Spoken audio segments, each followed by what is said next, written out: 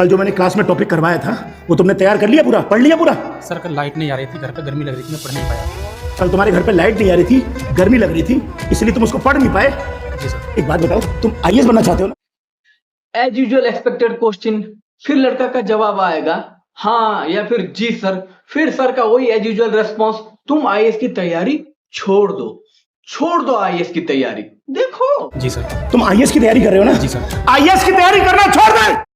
देखा, I knew it. और sir जी आप मुझे ये बताओ कि वो आईएएस की तैयारी क्यों छोड़े? हाँ क्यों छोड़े वो आईएएस की तैयारी, जब वो कह रहा है कि घर में लाइट नहीं थी, अब क्या जुगनुओं के टिमटिमाते हुए गांड की लाइट से पढ़ाई करेगा? पता नहीं सर जी आपकी बातें और आपकी हरकतें मेरे एक सीनियर के साथ एकदम मैच खाती है। जैसे उसको अगर तुम बोलोगे ना कि सर मुझे रात भर से लूज मोशन हो रहा था इसलिए मुझे एक दिन की छुट्टी चाहिए, तो वो बोलेगा कि तुम बहाने कर रहे हो, अगर तुम्हें काम करने का मन ही नहीं है तो तुम ऑफिस आना छोड़ दो, काम छोड़ दो।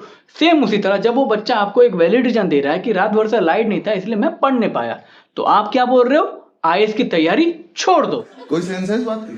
छोड़ दे। जब तेरे को गर्मी लगती है, सर्दी लगती है, तो इसका मतलब तुझे मंजिल दिखाई नहीं देती।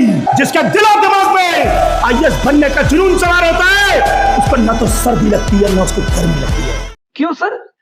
आईएएस की तैयारी करने वाले इंसान नहीं होते, किसी दूसरी दुनिया से आए हुए एलियन होते हैं क्या?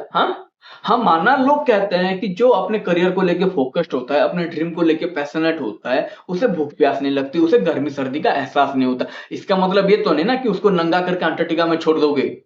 ये सब बस कहने की बातें हैं, रियलिटी नहीं।